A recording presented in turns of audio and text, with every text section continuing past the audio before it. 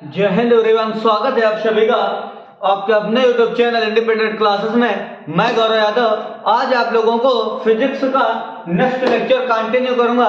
कल कुछ technical issue के कारण आप लोगों की क्लासें थी जो वो सही से हो नहीं पा रहे थे, तो जो मैंने कल आपकी क्लास की थी उसको मैंने यहां तक किया था और आपकी इशू जो हो गया था उसके रिकॉर्डिंग हम लोगों की क्लास जो आगे थी वो नहीं हो पाई थी।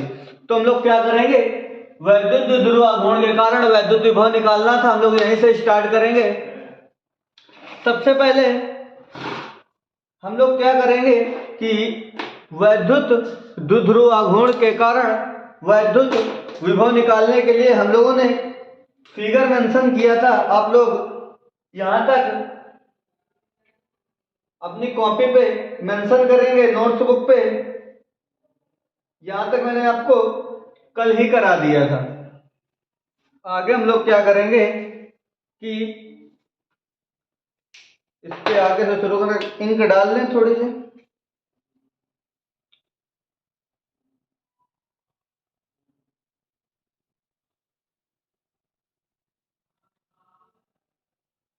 हम लोगों ने क्या किया था कि जो आपके क्या था, द्विध्रुवाघूर्ण के कारण बिंदु आवेश हम लोगों ने XY तल पर XY तल के अनुदिश XY तल पर अक्ष अक्ष के अनुदिश एक बिंदु P लिया था, जहां पर हमें वैद्युत द्विध्रुवाघूर्ण के कारण वैद्युत विभव निकालना था।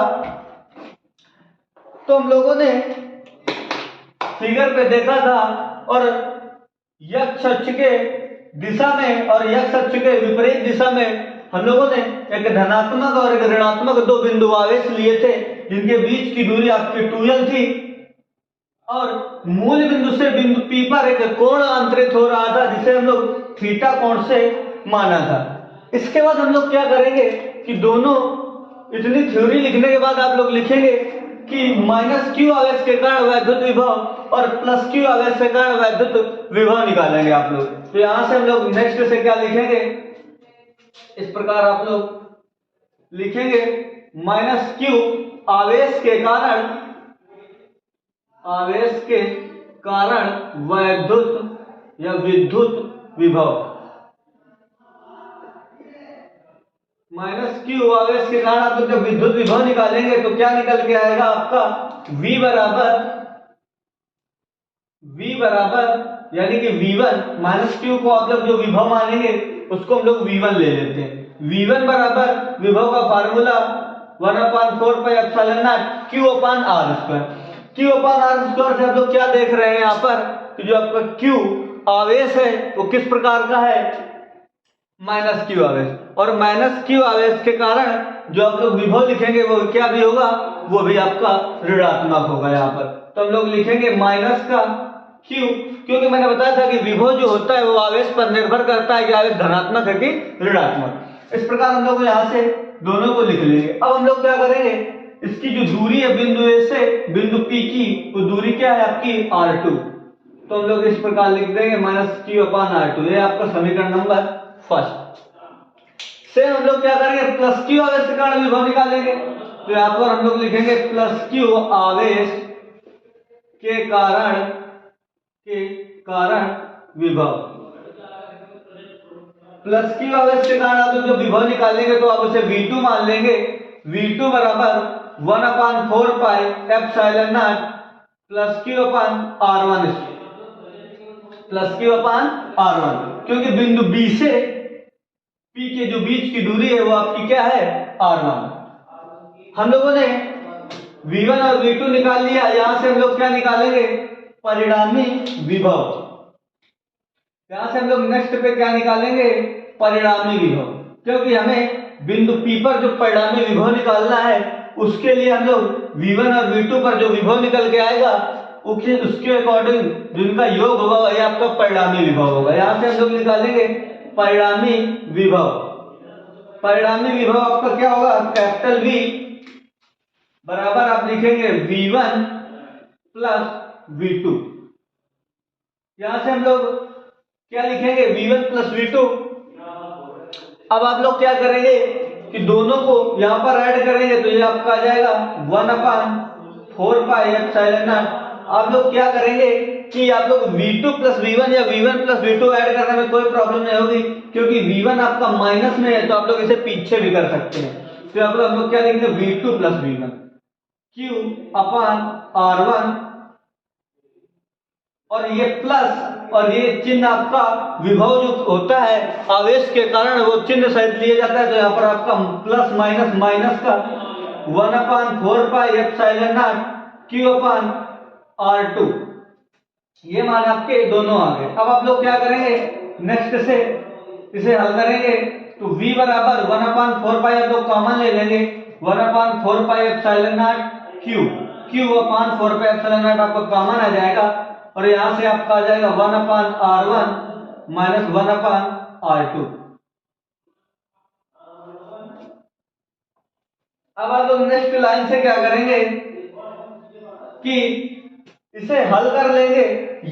क्या करेंगे कि V बराबर आप निकाल के जो मान आएगा V बराबर 4πε0 R2 minus R1/R1 into R2, ये आपका समीकरण नंबर 3 आ गया।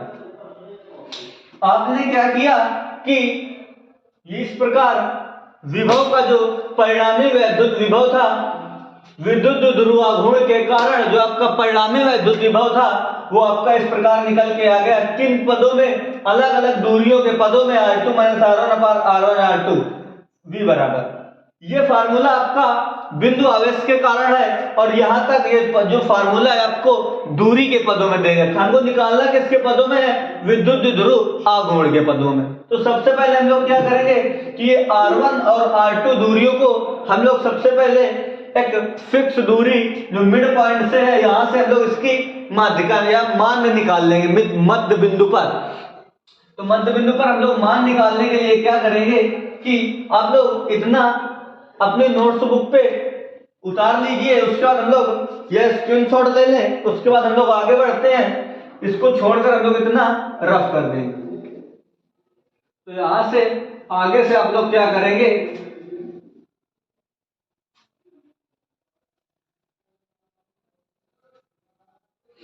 मैं आप लोगों को नेक्स्ट वीक यानी कि अगले सप्ताह पे जो सोमवार से मंडे से मैं आप लोगों को इंटरमीडिएट के जो आप लोगों के अनसॉल्व्ड है और प्रीवियस ईयर क्वेश्चन पेपर हैं उनको मैं आप लोगों को हल कराऊंगा, जिससे जो आप लोगों के मैक्सिमम क्वेश्चंस हैं वो रिपीटेड क्वेश्चंस जो संभावित प्रश्न पत्रों पर एक से ज्यादा बार या कई बार पूछे गए हैं उनको मैं हल कराऊंगा। तो आप लोग क्या करेंगे कि चैनल को सब्सक्राइब कर लेंगे और बेल आइकन को प्रेस कर लेंगे, जिससे जब मैं आप लोगों को लाइव आऊंगा तो उससे आप लोगों की जो नोटिफिकेशन है आप तक पहुंच जाएगी और आप लोग क्लास ज्वाइन कर सकेंगे। तो हम लोग क्या करेंगे, यहां से आगे R1 और R2 के मान निकालने के लिए हम लोग क्या लिखेंगे कि सबसे पहले हम लोग लिखेंगे कि जो आपका इस बिंदु से मध्य बिंदु से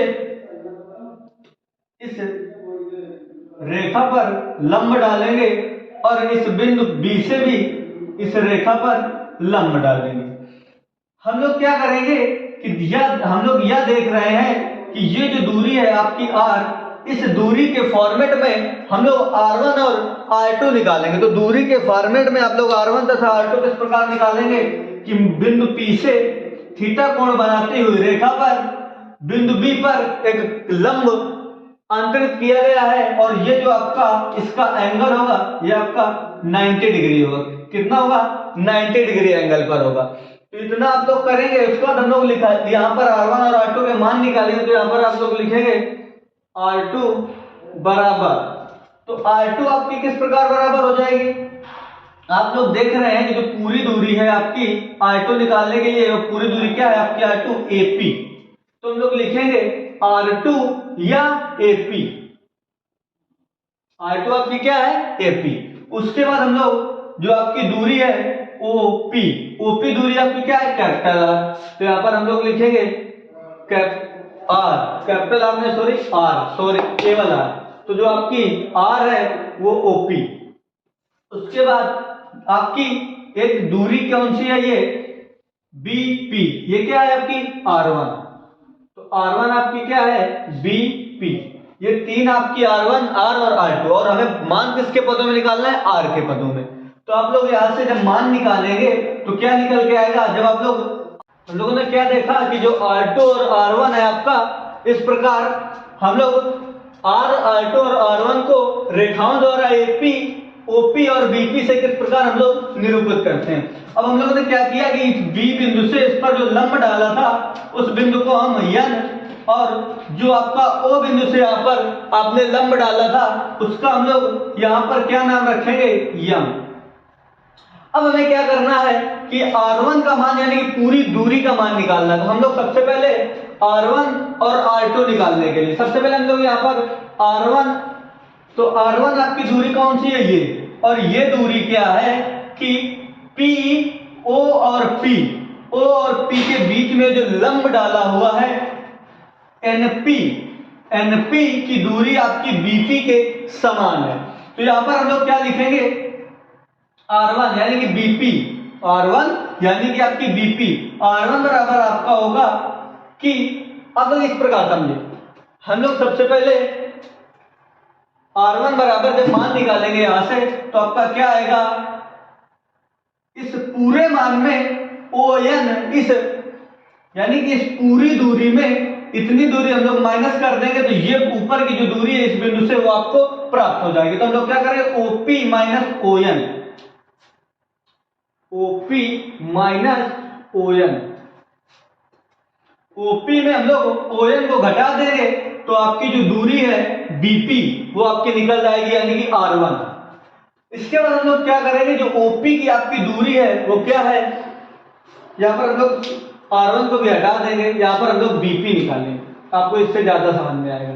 BP हम लोगों ने इस प्रकार रखा और BP का मान आपका R1 बराबर OP आपकी R माइनस का ON, ये आपका क्या निकल के आया, R1 का मान, कौन किसका मान, R1 का। इसी प्रकार हम लोग निकालेंगे R2 का मान, तो यहां पर हम लोग R2 के लिए क्या रखेंगे, AP, R2 के लिए AP, हमें R2 निकालना है अब, तो R2 के लिए आप रखेंगे AP कितनी है, AP पूरी दूरी। अब हमें क्या करना है कि हमें इस बिंदु पर यानी कि M पर, और M पर यहां पर हम लोगों को दूरी निकालनी है, वो भी क्यों, क्योंकि ये जो अभिलंब है आपका, अभिलंब है जो इस O बिंदु से इस पर डाला गया है, इस थीटा एंगल के साथ आप लोग सबसे पहले मान निकालेंगे इसका। तो यहां से हम लोग AP को हम लोग किस प्रकार लिख सकते हैं, MP ये दूरी और आपकी AM ये दोनों दूरियां, आप जब AM प्लस MP करेंगे तो आपकी AP मिल जाएगी, नहीं मिल जाएगी। तो आप क्या करेंगे, AM प्लस MP, तो यहां पर हम लोग क्या लिखेंगे, AM प्लस MP, MP, और ये पूरी दूरी आपकी क्या होगी, AP। अब हम लोग क्या करेंगे, AP को हम लोग क्या लिखेंगे, R2 यहां से बराबर AM। अब AM हमें पता नहीं, तो AM की जगह आप लोग क्या रखेंगे, AM की जगह आप लोग क्या रखेंगे कि सेम AM जिसको हम लोग ON लिख दिया उसी प्रकार हम लोग AM इसी प्रकार यहाँ पर छोड़ देंगे। इसकी हम लोग फिर से गणना करेंगे और उसके बाद आप लोग देख रहे होंगे कि O से P तक की जो दूरी है आपकी, O से P तक की वो R है, और ये इस रेखा पर लंब है, यानी कि ये दूरी और ये दूरी आपकी MP और OP आपस में बराबर होंगी। तो यहाँ पर आप लिखेंगे MP, आप लोग चाहे तो इस प्रकार लिख सकते हैं साइड में, MP बराबर OP। अब जब ये दूरियां आपके बराबर हो जाएंगी तो MP यानी OP और OP की दूरी क्या है, R, ये आपका R2 का मान आ गया। R1 और R2 हम लोगों ने इस प्रकार निकाल लिया। अब हमें क्या करना है कि जो M और ON है, AM और ON के मान निकालेंगे। हम लोग क्या करेंगे कि आप लोग इसी पर साइड पर इस प्रकार लाइन कर लेना, उसके बाद हम लोग क्या करेंगे, आप लोग देख रहे होंगे ओ एन बी एक समकोण त्रिभुज बन रहा होगा और एक आपका बन रहा होगा ए एम एल। तो ए एम ओ ये दो आपके समकोण त्रिभुज बन रहे हैं। तो आप इनमें से किसी एक समकोण त्रिभुज को निकाल करके थीटा का मान निकाल लेंगे। हम लोग यहाँ से थीटा का मान निकाल लेंगे, क्योंकि ये थीटा का मान निकालना जरूरी है कि ये am जो दूरी है ये हमें दूरी नहीं पता, और ये r2 जो होगी वो am प्लस mp दोनों दूरियों का योग होगा, तभी हमें r2 पता होगा यानी प्राप्त होगा। अब r2 निकालने के लिए हम लोग क्या करेंगे, कोई भी एक समकोण त्रिभुज मान लें ओ एन बी। समकोण त्रिभुज आप लोग इस प्रकार लिख सकते हैं, समकोण त्रिभुज ओ एन बी से, समकोण त्रिभुज ओ एन बी से हम लोग क्या करेंगे, ए एम निकालेंगे। ए एम यानी सॉरी यहां से हम लोग क्या निकालेंगे, ओ एन। समकोण त्रिभुज से हम लोग इस समकोण त्रिभुज से हम लोग क्या निकालेंगे, ओ एन। और ओ एन निकालने के लिए हमें क्या करना होगा कि आप लोग जानते हैं कि जो ये दूरी है ओ से बी की वो आपकी एल है, और जो आपका अभिलंब है वो हमें नहीं दे रखा, और ये आपकी जो दूरी होगी वो आधार होगा। यानी कि आप लोग ये जान रहे हैं कि जो ये दूरी होगी आपकी वो आधार होगी। क्यों? क्योंकि जो आपका कोण बनता है समकोण वो लंब और आधार की रेखा के बीच में बनता है, यानी ये आपकी जो रेखा होगी वो क्या होगी, कर्ण होगी। ये रेखा आपकी कर्ण होगी और ये आपका आधार होगा, और ये इस पर हम लोगों ने लंब डाला है, तो ये तो आप लोग जान ही रहे हैं। तो हम लोग क्या करेंगे, यहां से आप लोग इस त्रिभुज से दूरी ON निकालनी है, और ये आपकी आधार है, और आधार हमें किस प्रकार प्राप्त होता है, यदि हम लोग cos थीटा का मान निकाल दें। cos थीटा का अगर फार्मूला होता है आधार बटे कर्ण, आधार आपका ON है, यहां से आप लोग लिखेंगे ON। उसके बाद कर्ण आपका OB है, यहां पर आप लिखेंगे OB। यहां से आप लोग जब ON निकालेंगे, ON आपका निकल के आएगा OB cos थीटा। उसके बाद ON बराबर हम लोग यहाँ पे OB की जो दूरी है आपकी L है, तो यहां से हम लिखेंगे L cos थीटा। ये आपका मान किसका निकल के आया, ON का। ये मान किसका है, ON का। अब ON का मान हम यहाँ पर R1 पे रखेंगे, तो यहां से जो आपका R1 निकल के आएगा, R1 बराबर आपका R minus L cos theta. ये आपका R1 का मान है।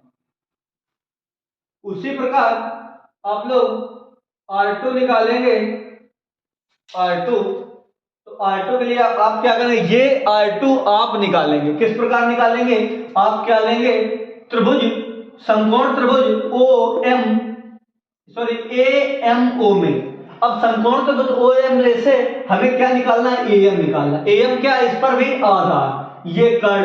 अब आप लोग जब आधार और कर्ण निकाल के लाएंगे, जो आपका मान निकल के आएगा, यहां से आप लोग चाहे तो इसको यहाँ साइड पर भी हल कर सकते हैं। किस प्रकार, जब आप लोग यहां से मान निकालेंगे तो आपका निकल के क्या आएगा, समकोण त्रिभुज AMO से। आप लोगों को क्या करना है, ये कोर्स यानी कि थ्योरी के अंदर, डेरिवेशन के अंदर ये काम करना है लोग, ये बाहर नहीं करना, आप लोग अंदर ही करेंगे। मैं साइड में बता दे रहे हैं क्योंकि बोर्ड जो है थोड़ा छोटा है। इस प्रकार हम लोगों ने कर लिया। यहां से भी आप लोग cos थीटा क्यों निकालेंगे, cos थीटा निकालने का रीजन क्या है, तो जो cos थीटा है वो आपका इस पर जो दूरियां है वो दूरी अवेलेबल है, वो दूरियां अवेलेबल है जो cos थीटा के मान पर होंगी, क्योंकि हमें OB अवेलेबल, अगर आप लोग वो रख देंगे tan, तो tan पर आपको लंब नहीं मिलेगा, यानी कि जो दूरी अवेलेबल है उसके अकॉर्डिंग हमें थीटा का मान निकालना है। यहाँ पर हम लोग निकालेंगे तो जो आपका आधार बटे कर्ण आएगा, आधार आपका AM, कर्ण आपका AO। ये मान जब आप लोग यहाँ पर रखें तो थीटा का मान आएगा निकल के AM का, AM हमें निकालना है। AM का मान जो आपका निकल के आएगा यहाँ पर L cos थीटा नहीं, अब ये इधर पक्षांतर हो जाएगा तो AM आपका वही निकल के आ जाएगा, सेम L cos थीटा। इस प्रकार आप लोग मान निकाल लेंगे। तो यहाँ पर हम लोग R2 रख देंगे, क्या रख देंगे R2। तो R2 का मान क्या निकल के आएगा आपका, R2 बराबर R प्लस AM। AM का मान क्या है, L cos theta, L cos theta. ये आपका किसका नाम मान है, R2 का। R2 का मान लिया गया, R1 और R2 निकल के आ गए। अब आप लोग क्या करेंगे, ये जो समीकरण दिया हुआ है R1 और R2 के मान इस पर रखकर हल करेंगे। तो हम लोग क्या करेंगे, समीकरण छोड़ को आपको ऊपर वाला रफ कर लेंगे। अब आप लोग क्या करें, यहां से ये आपका नीचे का पहले का है। अब आप लोग क्या करेंगे कि लिखेंगे समीकरण थर्ड में R1, R2 के मान रखने का। अब समीकरण थर्ड में जब आप R1 R2 यहां पर रखेंगे तो ये आपका आ जाएगा V बराबर 1 upon Q upon 4 pi epsilon naught R2 R plus L cos theta minus बीच में उसके बाद R minus L cos theta. ये आपका मान आएगा। अब यहां से जो दूसरा आपका आएगा वो आएगा R1 R minus L cos theta, R minus L cos theta आप लोग अपने हिसाब से लिख लेंगे इनटू, क्योंकि जगह कम है यहां पर हम दूसरा लिखेंगे R minus R plus L cos theta. अब आप लोग आगे से क्या करेंगे, इस नीचे वाले समीकरण को इसी समीकरण में हम लोगों ने मान रखा है, जिसे हम भी रफ कर लेंगे। अब हम लोग आगे से क्या करेंगे कि आप लिखेंगे V बराबर Q upon 4 pi epsilon not. इसका इस पर ये दोनों समीकरणों को हम लोग क्या करेंगे, अंदर इस चिन्ह का गुणा करा देंगे तो आपका आएगा R minus L cos theta minus R plus का L cos थीटा। L आप लोग इसे काट लेना है, जो वो लिख दें, cos थीटा है L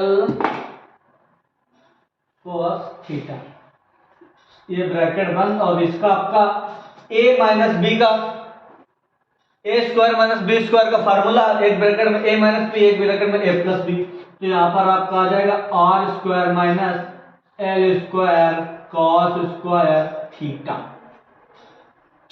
अब लोग क्या करेंगे, इस माइनस R से ये प्लस का R आपका कैंसिल, और ये आपका प्लस था, ये ऊपर आपका प्लस तो माइनस छूट गया था। अब लोग हम पर आगे क्या करेंगे, V बराबर आपका आ जाएगा Q upon 4 pi epsilon not.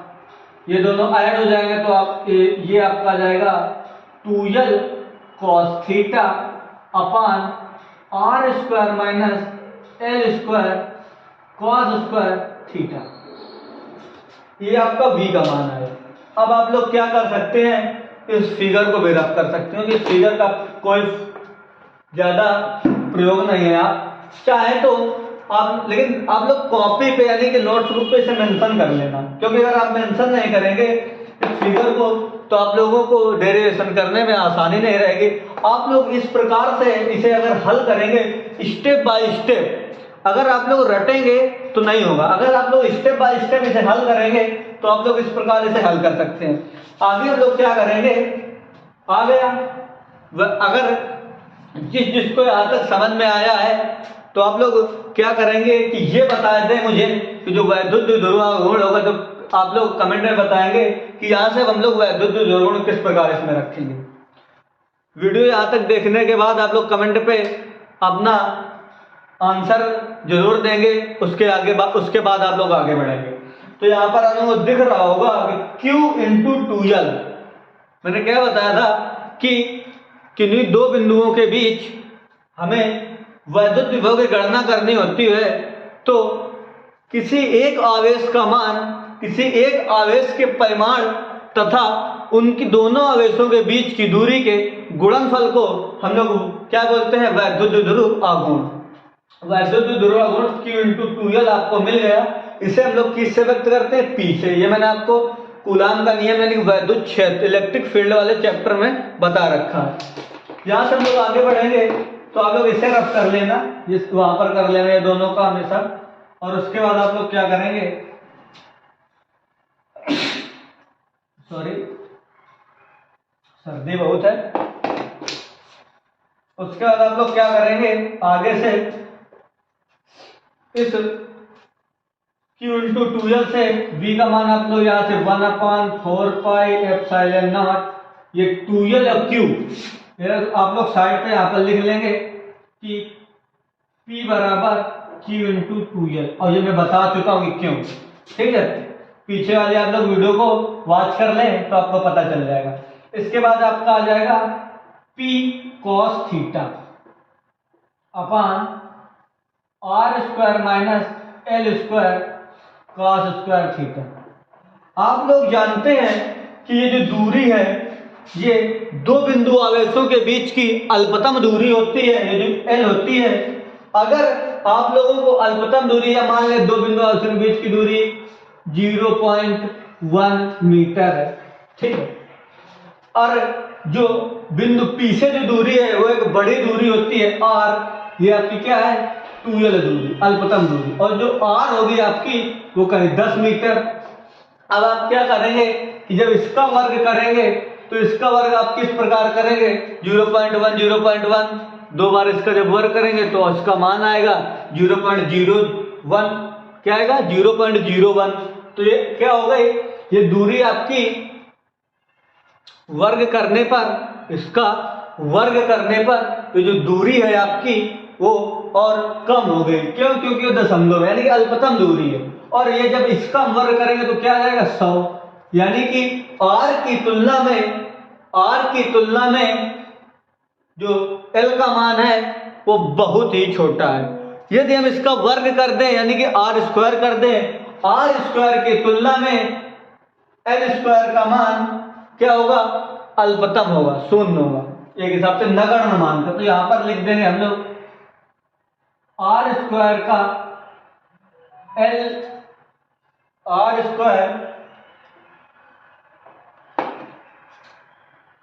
L² की तुलना में, अरे साफ साफ ये लिखिए L² को नगण्य मानकर छोड़ने पर आप लोग सही रहे, L² को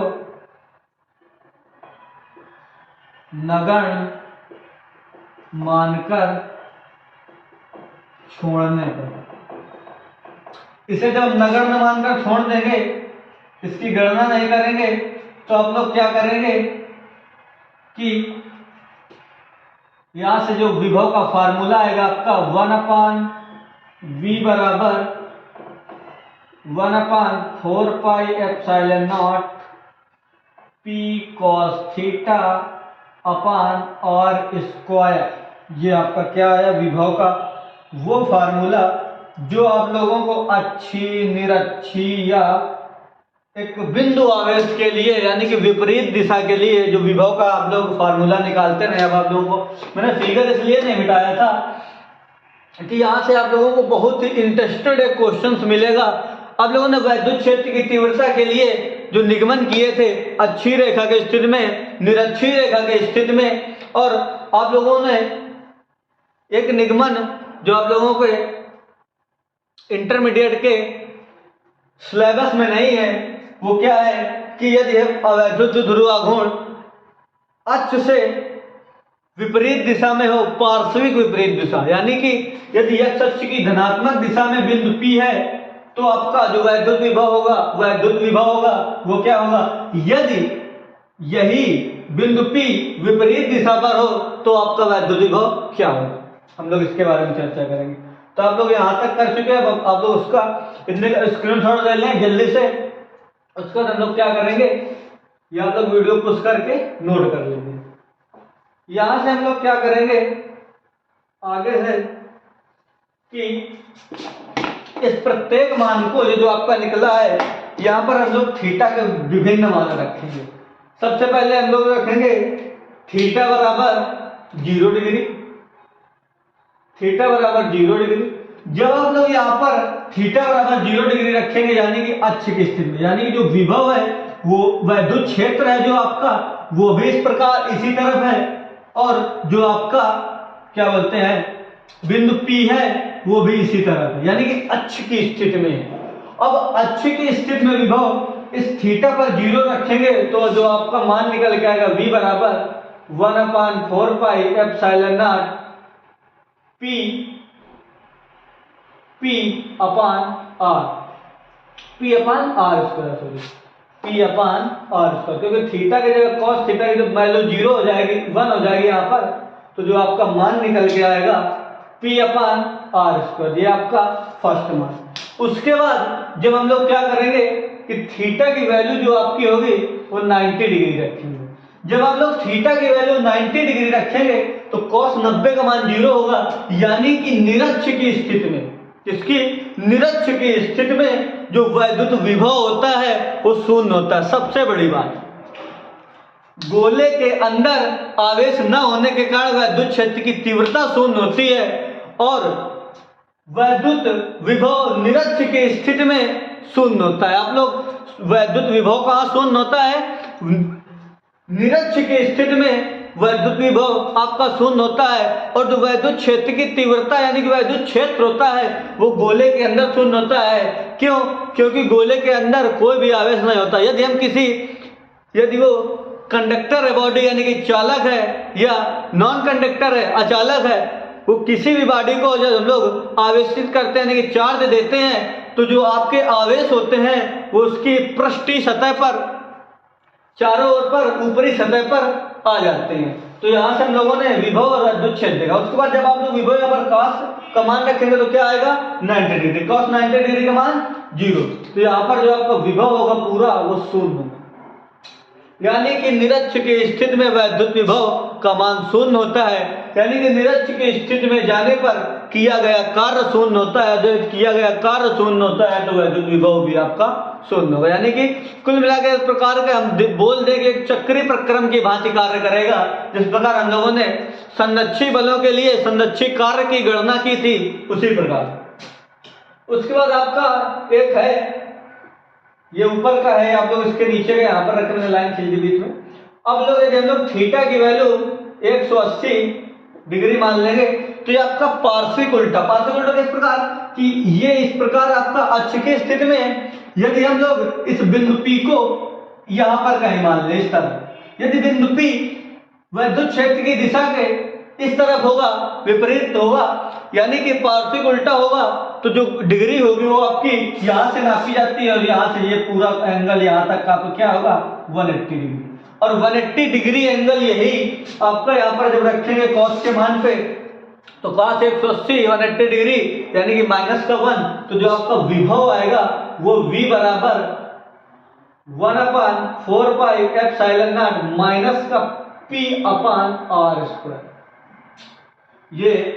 ये आपको याद रखना है कि जो विभव होगा पार्श्विक उल्टी दिशा में बिंदु P अगर हो आपका, वहां पर आप लोगों को वैद्युत विभव निकालना हो तो आपका वैद्युत विभव ऋणात्मक आएगा। क्योंकि जो आप लोग जानते हैं कि यदि हम लोग इस तरफ से इस तरह चल रहे हो और आप लोग क्या करें कि एक काल्पनिक दिशा बना ले, या काल्पनिक दिशा ना मान के आप लोग क्या करें, यदि हम लोग इस प्रकार जा रहे हैं और वापस इस प्रकार लौट के किसी दूसरी जगह पर जाएंगे तो जो हमारा एंगल बन के आ रहा है, आप लोग इस तरफ को जाएंगे, एक बिंदु ये स्थिर बिंदु है ये, अब यहां से अगर हम लोग इस प्रकार जाएंगे तो क्या होगा, एक्स अक्ष की धनात्मक दिशा होने के कारण जो आपका एंगल लिया जाता है उस एक्स अक्ष की धनात्मक दिशा से लिया जाता है, तो एक कोण पे डिपेंड करेगा, किस पर, एंगल पर, जो मैंने आपको बताया।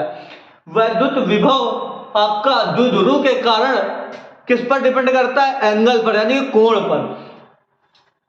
प्रत्येक कोण के लिए आपका वैद्युत विभव द्विध्रुव आघूर्ण के कारण भिन्न भिन्न होगा।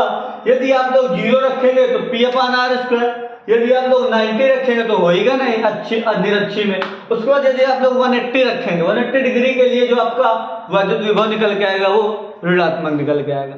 कल हम लोग क्या करेंगे कि इसके आगे के कुछ क्वेश्चन इसके भी देखेंगे, क्योंकि प्रत्येक टॉपिक करने के बाद उसके जब क्वेश्चन हम लोग हल करते हैं तो आप लोगों को आसानी रहती है। और साथ में एक बात और कि हम लोग शायद सोमवार से यानी कि मंडे से हम लोग क्या करेंगे कि मॉक हल करेंगे।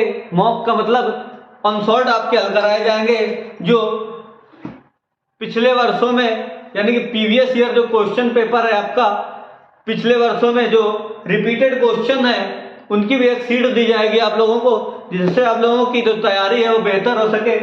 उसी के साथ दोस्तों, यदि आपको वीडियो अच्छी लगी हो तो वीडियो को लाइक करें, शेयर करें और हाँ, अपने प्रत्येक दोस्त के साथ शेयर करें। नेक्स्ट चैप्टर में हम लोग क्या करेंगे, इसके क्वेश्चन। तो जय हिंद दोस्तों।